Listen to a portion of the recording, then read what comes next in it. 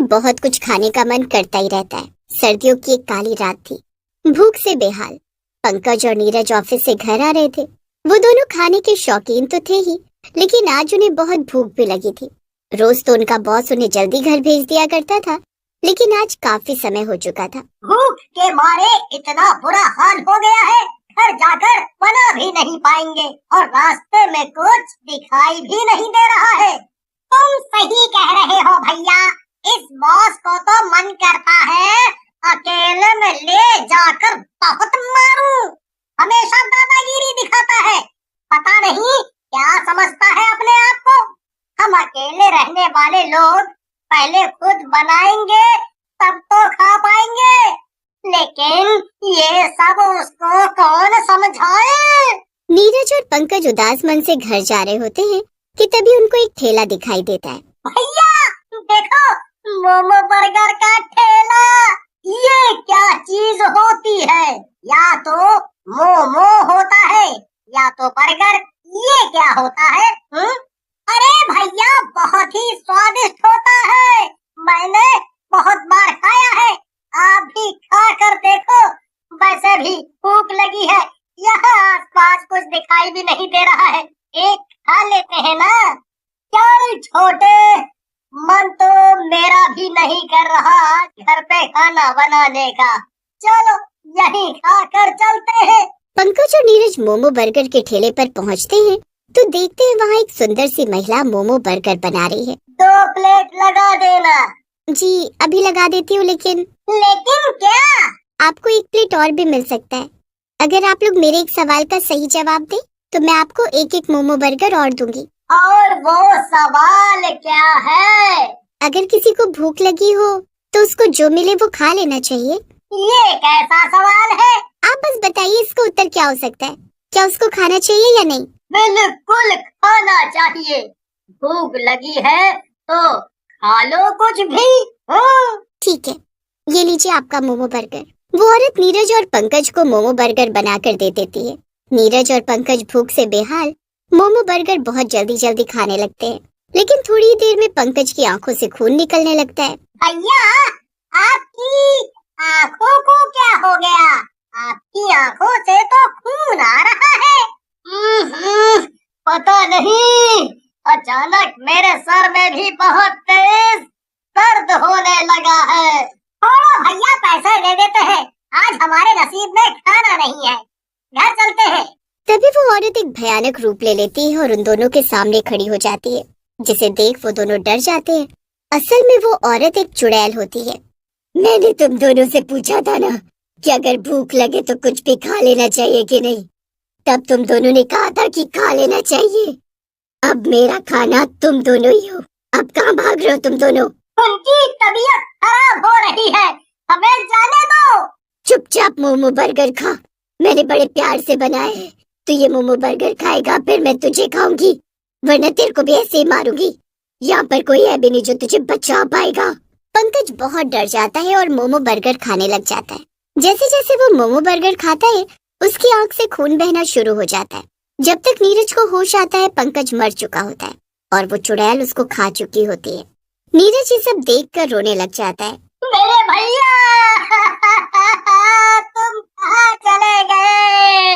वापस आ जाओ भैया, मुझे माफ कर दो, मैं तुम्हें बचा नहीं पाया। वापस आ जाओ भैया। उसको देख भीड़ इकट्ठा हो जाती है। वो सबको बताता है कि मोमो बर्गर खाने से उसकी ये हालत हुई है, लेकिन लोगों को वहाँ कोई ठेला नजर नहीं आता। चुड़ैल भी गायब हो चुकी होती है। नीरज उसके बाद से बाहर का कभी नहीं खाता है। नीरज को तो पता चल जाता है कि बाहर का खाने से सिर्फ सेहत का ही नुकसान नहीं होता, कई बार अपने लोगों को भी खोना पड़ता है। वो सबको बताने की कोशिश करता है, लेकिन कोई उसकी बातों पर भरोसा नहीं करता है। किसी को मेरी बात माननी हो या ना माननी हो, मैंने अपना भाई खोया है। कुछ दिन बाद शहर के कोने में एक मोमो बर्गर का ठेला लगना शुरू होता है। जो वहाँ से जाता है उसकी खुशबू उसको रोक लेती है। एक मोमो बर्गर सिर्फ 10 रुपए का। इतनी सस्ती चीज आज के जमाने में कहाँ मिलती है? इतना सस्ता? चलो ट्राई करके देखते हैं, वैसे भी एक ही लाइफ है, कुछ न कुछ तो ट्राई करते रहना चाहिए। नहीं यार, मैं डाइटिंग पर हूँ, मैंने ये सब छोड़ दिया है। नहीं नहीं नहीं नहीं, नहीं खा पाऊंगी। एक ही लाइफ है तो उसको हेल्दी बनाकर भी तो निकाला जा सकता है। हमेशा बुरा खाकर ही क्यों एक लाइफ को जी पाते? क्यों इस लाइफ को बीमार होकर बर्दाश्त? ओहो, इतना ज्ञान मत दे। चल तू नहीं खाएगी तो मैं ही खा लेती हूँ। प्रिया खाती है तो उसके पेट में गुड़गुड़ होती है। मोमो बर्गर बेचने वाली औरत उसको देखकर मुस्कुराती है। क्या हुआ मैडम, और नहीं खाएंगे? मैंने सोचा ही नहीं था कि 10 रुपए का दे रही हो तो कुछ खराब ही बेच रही होगी। इतना गंदा मोमो बर्गर मैंने आज तक नहीं खाया। थू। औरत को प्रिया की बातें सुनकर बहुत बुरा लग जाता है।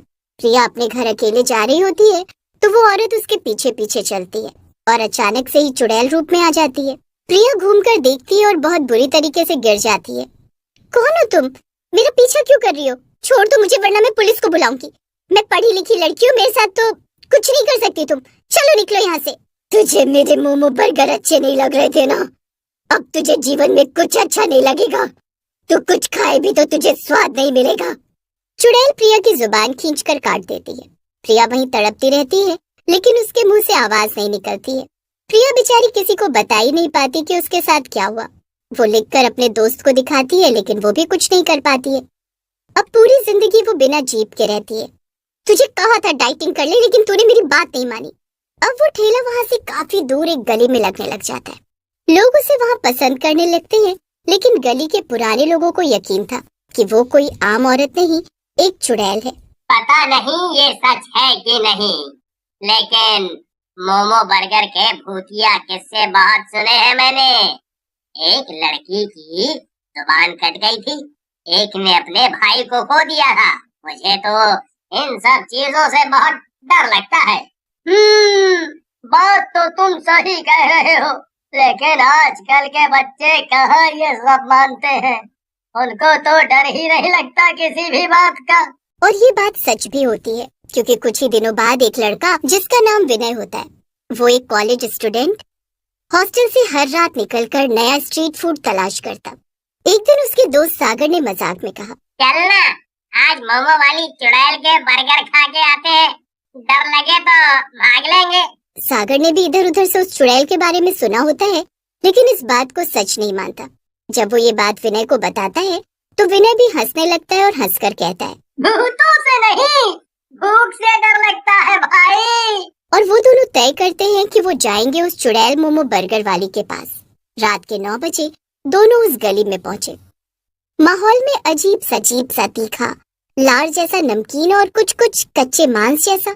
विनय ने आधा खाया और फेंक दिया। घटिया स्वाद है यार, तू पता नहीं कैसे खा रहा है। मुझसे तो ये खाया ही नहीं जा रहा।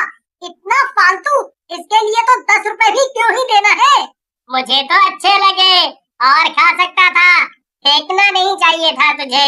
और 10 रुपए में और क्या लेगा, आज के जमाने में 10 रुपए में कुछ नहीं मिलता। दोनों हॉस्टल की तरफ चल देते हैं लेकिन अगली सुबह हॉस्टल में खबर फैली, सागर गायब था। किसी ने उसे रात के बाद नहीं देखा। विनय बेचैन हुआ। पुलिस में रिपोर्ट आई लेकिन कोई सुराग नहीं। अगले हफ्ते शहर में 3 और लोग गायब हुए। सभी ने वही मोमो बर्गर खाया था। विनय ने उस गली की ओर फिर कदम बढ़ाए। इस बार वो अकेला था लेकिन इस बार उसके चेहरे पर कुछ और था, एक भयानक मुस्कान। बर्गर खाओगे? विनय वहां से भागा लेकिन सच्चाई उसे जाननी थी। उसने पास की झुग्गी में एक बूढ़ी औरत से पूछा। बूढ़ी कांपती आवाज में बोली, तू मरा हुआ समझ, वो इंसान नहीं है। 20 साल पहले इस गली में एक लड़की मीनाक्षी मोमो का ठेला लगाती थी। सुंदर, अकेली, मेहनती, लेकिन लड़कों ने उसकी इज्जत लूटने की कोशिश की और उसे जिंदा जला दिया। विनय की सांसें थम गई। तब से हर साल वो लड़की मोमो बर्गर वाली चुड़ैल बनकर लौटती है। जो बर्गर खा लेता है, मांस उसकी आत्मा वो अपने ठेले में मिला देती है। अगली रात विनय ने उस ठेले का पीछा किया। चुड़ैल बर्गर समेटकर एक सुनसान गोदाम में गई। विनय ने खिड़की से झांका। अंदर जल रही थी काली अंगीठी जिसमें इंसानी हड्डियां भुन रही थी। उसने सागर को देखा, लोहे की जंजीरों में जकड़ा हुआ, अधमरा। विनय का दिमाग सुन्न हो गया। विनय ने पत्थर से खिड़की तोड़ी और अंदर कूद गया। एक टिन का डब्बा उठाया और आग में फेंक दिया। पूरा गोदाम धधक उठा। चुड़ैल चिल्ला उठी।